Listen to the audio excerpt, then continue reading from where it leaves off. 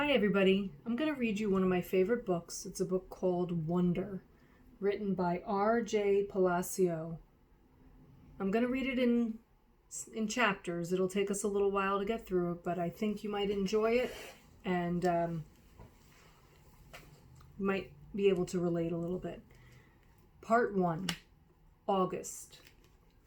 Fate smiled and destiny laughed as she came to my cradle. From Natalie Merchant's song Wonder. So part 1 is called August. Ordinary.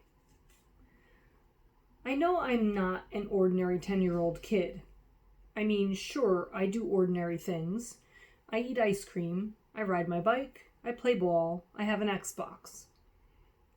Stuff like that makes me ordinary, I guess. And I feel ordinary. Inside. But I know ordinary kids don't make other kids run away screaming in playgrounds. I know ordinary kids don't get stared at wherever they go. If I found a magic lamp and I could have one wish, I would wish that I had a normal face that no one ever noticed at all.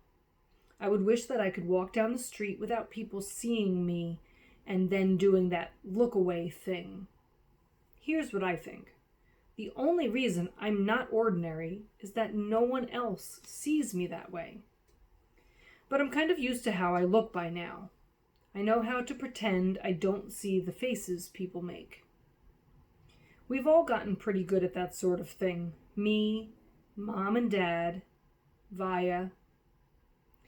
Actually, I take that back. Vaya's not so good at it. She can get really annoyed when people do something rude. Like, for instance, one time in the playground, some older kids made some noises. I don't even know what the noises were exactly because I didn't hear them myself, but Vaya heard and she just started yelling at the kids. That's the way she is. I'm not that way. Vaya doesn't see me as ordinary. She says she does, but if I were ordinary, she wouldn't feel the need to protect me so much. And Mom and Dad don't see me as ordinary either. They see me as extraordinary. I think the only person in the world who realizes how ordinary I am is me. My name is August, by the way. I won't describe what I look like. Whatever you're thinking, it's probably worse. Chapter 2. Why I didn't go to school. Next week I start 5th grade. Since I've never been to a real school before, I am pretty much totally and completely petrified. People think I haven't gone to school because of the way I look, but it's not that. It's because of all the surgeries I've had. 27 surgeries since I was born. The bigger ones happened before I was even 4 years old, so I don't remember those. But I've had 2 or 3 surgeries every year since then. Some big, some small. And because I'm little for my age and I have some other medical mysteries that doctors never really figured out, I used to get sick a lot.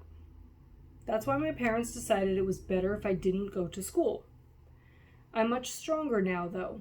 The last surgery I had was 8 months ago, and I probably won't have to have any more for a couple of years. Mom homeschools me. She used to be a children's book illustrator. She draws really great fairies and mermaids. Her boy stuff isn't so hot, though. She once tried to draw me a Darth Vader, but it ended up looking like some weird mushroom-shaped robot. I haven't seen her draw anything in a long time. I think she's too busy taking care of me and Vaya. I can't say I always wanted to go to school because that wouldn't be exactly true. What I wanted was to go to school, but only if I could be like every other kid going to school. Have lots of friends and hang out after school and stuff like that. I have a few really good friends now.